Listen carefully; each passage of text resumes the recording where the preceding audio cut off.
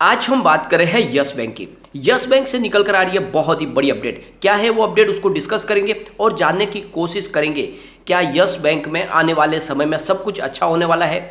जिस तरह से यस बैंक का मैनेजमेंट जो चाहता है क्या वो होने वाला है, क्या सब कुछ समय पे हो जाएगा। लेकिन यहाँ पे कुछ ट्विस्ट आ रहा है। क्या है वो ट्विस्ट, इस वीडियो के माध्यम से उसको डिस्कस करेंगे। जो अपडेट है उसको डिस्कस करेंगे, साथ में यहाँ पे यस बैंक की तरफ से भी कुछ बयान आया उसको भी डिस्कस करेंगे और जानने की कोशिश करेंगे क्या इस समय हमें यस बैंक में इन्वेस्टमेंट करना चाहिए। वैसे तो आज यस बैंक के स्टॉक में हमें लगभग थोड़ी सी गिरावट देखने को मिली, लेकिन ये अकेली गिरावट यस बैंक में नहीं है बल्कि बैंकिंग शेयरों में भी थी और पूरे बाजार में भी थी। और इसका नतीजा था कि यस बैंक में भी हमें थोड़ी सी गिरावट देखने को मिली। लेकिन क्या इस गिरावट से हमें डरना चाहिए या फिर इस समय हमें डिप में खरीदारी का मौका तलाशना चाहिए। जिस तरह से इन्होंने Q1 के आंकड़े पेश किए, बहुत ही बेहतरीन आंकड़े, जिसके हिसाब से कह सकते हैं कि इस बार रिजल्ट तो अच्छा ही रहेगा।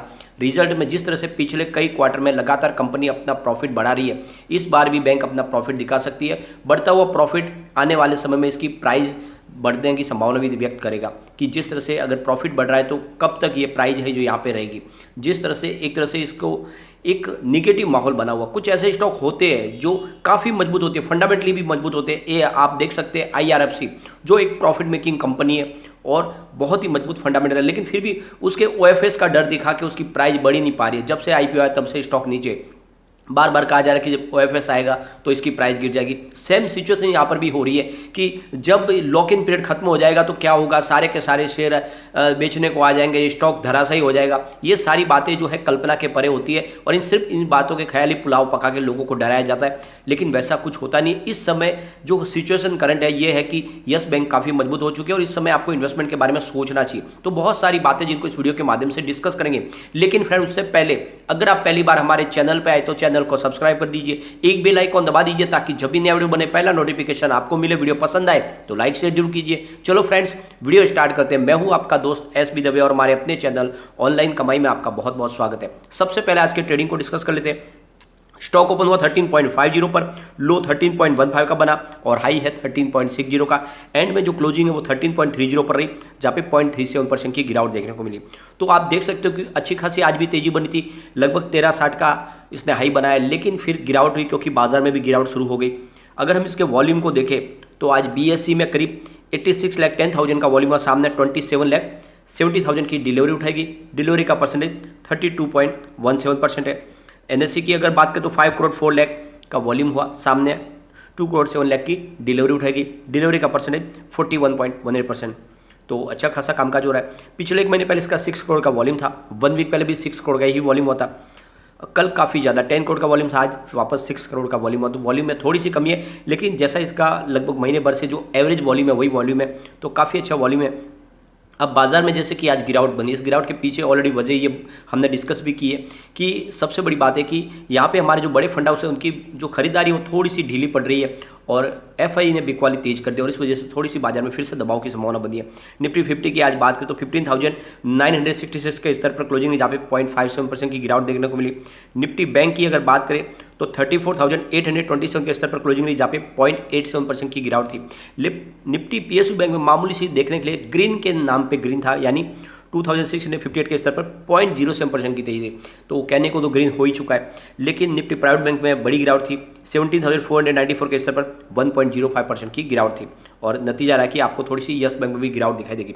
अब यहाँ पे जो अपडेट निकल कर आई थी, जो मीडिया में रिपोर्ट आई थी, उसके हिसाब से उसको अगर डिस्कस करें तो यस बैंक की ARC को मंजूरी मिल चुकी है RBI की तरफ से और कहना है कि इसमें 20% की हिस्सेदारी होगी वो यस बैंक की होगी।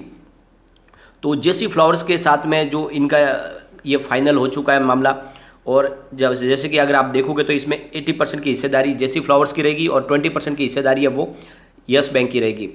अब RBI की तरफ से कहा जा रहा है कि इसको पूरी मंजूरी मिल चुकी है, अब ARC फाइनल हो सकती है।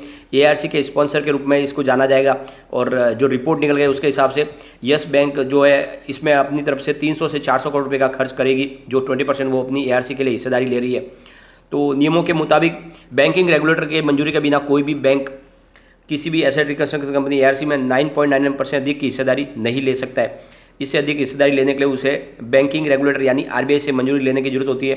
तो यहाँ पे आप देख सकते हो कि RBI ने इसको मंजूरी दी है, ऐसा रिपोर्ट का कहना है। और ये पे अगर आप देखें तो आरबीआई इसमें सबको मंजूरी नहीं देता, लेकिन यहाँ पे कहा जा रहा है कि आरबीआई की तरफ से इसको मंजूरी मिली है।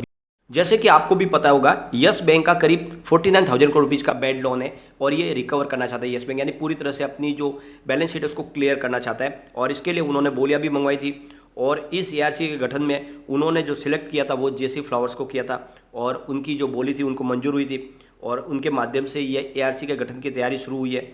तो कहा जा रहा है कि यहाँ पे एआरसी को मंजूरी मिल चुकी है और इसी के ऊपर यहाँ पे एक्सचेंज ने इनसे जानकारी मांगी थी यस बैंक से कि ये आप क्लेरिफिकेशन दीजिए कि जो रिपोर्ट निकल के आ रही है मीडिया में कि आपकी एआरसी का गठन हो चुका है, एक तरह से आरबीआई की मंजूरी मिल चुकी है और अभी एआरसी बनने जा रही है, तो क्या ये बात सच है?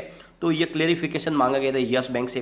तो यस बैंक की तरफ से इसका क्लेरिफिकेशन आ गया है। यस बैंक का कहना है कि फिलहाल हमारी ऐसी कोई जो हमारी तरफ से न्यूज़ निकल कर नहीं आ रही है, ये सारी की सारी बातें हैं जो मीडिया में आ रही है वो काल्पनिक है, क्योंकि अभी तक हमें कोई आरबीआई की तरफ से मंजूरी नहीं मिली है। ये बात सच है कि हमारा प्रोसेस चल रहा है, हम एआरसी के गठन की तरफ आगे बढ़ रहे हैं, लेकिन ऐसी कोई बात नहीं है कि हमको आरबीआई की तरफ से मंजूरी मिली है और हम एआरसी में 2 स्टेप आगे बढ़ चुके हैं, ऐसी कोई बात नहीं है। फिलहाल प्रोसेस चल रहा है, जो भी होगा वो हम एक्सचेंज को इसकी जानकारी देंगे और जो मीडिया में खबर आ रही है हम उसके ऊपर कमेंट नहीं करना चाहते, क्योंकि वो एक तरह से काल्पनिक बातें हैं और उसके काल्पनिक बातों के ऊपर कोई भी कमेंट करने का कोई मतलब नहीं है। तो कुल मिला के ये डिनाई किया गया है यस बैंक की तरफ से कि ऐसी अभी फिलहाल कोई संभावना बनी नहीं है, मतलब अभी तक हमारे एआरसी के गठन में वहाँ तक हम नहीं पहुँचे, यानी जस्ट फाइनल स्टेज पर जाने की तैयारी हो रही थी, वो बिल्कुल अब नकार दिया गया है यस बैंक की तरफ से। तो ये क्लेरिफिकेशन यस बैंक की तरफ से आ गया है। तो आप समझो कि एआरसी के गठन की तैयारी तो चल रही है, लेकिन जो मीडिया में रिपोर्ट आई थी कि आरबीआई की तरफ से मंजूरी मिल गई है, वो बात अभी तक क्लियर नहीं हुई है और आने वाले समय में ये संभावना होगी। कुल मिला के 15 जुलाई को इनकी जनरल मीटिंग होने वाली है, उस मीटिंग में भी इस मामले को डिस्कस किया जाएगा और आगे क्या संभावना है वो तलाशी जाएगी। आप देखो दूसरी तरफ वो इन्वेस्टमेंट भी लाना चाहते हैं और इसके लिए वो जो फर्म कार्लाइल फर्म के साथ में उनकी डिस्कशन चल रही है, जहाँ से कम 10% की वो यस बैंक में स्टेक उनको बेच के वहाँ से एक बड़ा फंड रेज करने चाहते हैं ताकि कारोबार को आगे बढ़ाया जा सके, सुचारू रूप से यस बैंक अपनी आगे बढ़ पाए। तो इस समय फंड की काफ़ी ज़्यादा ज़रूरत है। एक तरह से आपको देखो तो डूबी हुई थी यस बैंक, तो उसको फिर से सर्वाइव होने में समय तो लगेगा ही, तो इसीलिए वो एक बड़ा फंड रेजिंग करने के लिए बातचीत करें और इसकी भी सारी की सारी जो डिस्कशन होगी अब वो 15 जुलाई की मीटिंग में होगी और वहाँ पर जो है मीटिंग में परमिशन ली जाएगी क्या ये कार्यालय के साथ में हमें ये डील फाइनल करनी चाहिए। तो कुल मिला के अगर आप देखोगे तो यहाँ पे इंटरेस्टेड है कार्यालय यहाँ पे इन्वेस्टमेंट करने के लिए और वो यहाँ पे मार्केट के थ्रू नहीं बल्कि वो एफडीआई के माध्यम से निवेश करेंगे और एफडीआई के लिए जो नियम है उसके तहत कम से कम 10% की हिस्सेदारी लेनी पड़ती है, क्योंकि फॉरेन एक्सचेंज मैनेजमेंट का नियम जो बना हुआ उसके हिसाब से एफडीआई में कम से कम 10% की हिस्सेदारी लेनी पड़ती है। तो 10% वो हिस्सेदारी लेने को तैयार हो चुके, तो जल्दी कुछ अच्छा होता वो दिखाई देगा। लेकिन जो मीडिया में खबर आई थी कि एआरसी के लिए आरबीआई की मंजूरी मिल चुकी है, तो उसको तो खबर को फिलहाल नकार दिया गया, तो उसको हम सच मान नहीं सकते। लेकिन ओवरऑल अगर आप देखोगे तो ये मौका है यस बैंक में खरीदारी का, क्योंकि इस समय यस बैंक काफ़ी फेयर वैल्यू में स्टॉक मिल रहा है। आने वाले समय में डेफिनेटली यहाँ पे आपको बहुत ही अच्छा रिटर्न मिलने की संभावना बनेगी, क्योंकि इस प्राइस पे तो रुकने वाला यस बैंक नहीं है। अगर आपके पास 2 से 3 साल इसमें सब्र के साथ बैठने का आपके पास ताकत है तो इसमें बने रहे, ये स्टॉक वाकई में आपके निवेश को कई गुना बढ़ा देगा। यहाँ पे कम्युनिटी सेंटीमेंट भी देखें तो स्टॉक के साथ बना हुआ है। 86% बाई की कॉल है, 7% सेल की कॉल है, 7% होल्ड की कॉल है। इसका मतलब ये है कि 100 में से कम 93% लोग इसको लेना पसंद करें। अब एक बार इसके पिवट लेवल को भी चेक कर लेते हैं, तो यहाँ से अगर गिरावट हो जाती है तो 13.07 का फर्स्ट सपोर्ट है, ये सपोर्ट टूटा तो 12.78 तक स्टॉक जाएगा और नीचे गया तो फिर 12.47 तक जा सकता है। अगर पॉजिटिव माहौल बना तो 13.67 का फर्स्ट रेजिस्टेंस है, इसको पार किया तो 13.98 तक स्टॉक जाएगा और ऊपर गया तो फिर 14.27 तक जा सकता है। तो ये आपको ध्यान रखना है। लेकिन फ्रेंड, कोई भी इन्वेस्टमेंट करने से पहले अपने फाइनेंशियल एडवाइजर से एक बार ले लें या अपना खुद का रिसर्च करें, क्योंकि मैंने वीडियो आपके एजुकेशनल पर्पज़ के लिए ही बनाया। वीडियो पसंद आए तो लाइक शेयर जरूर कीजिए और चैनल को सब्सक्राइब कर दीजिए। Thank you friend.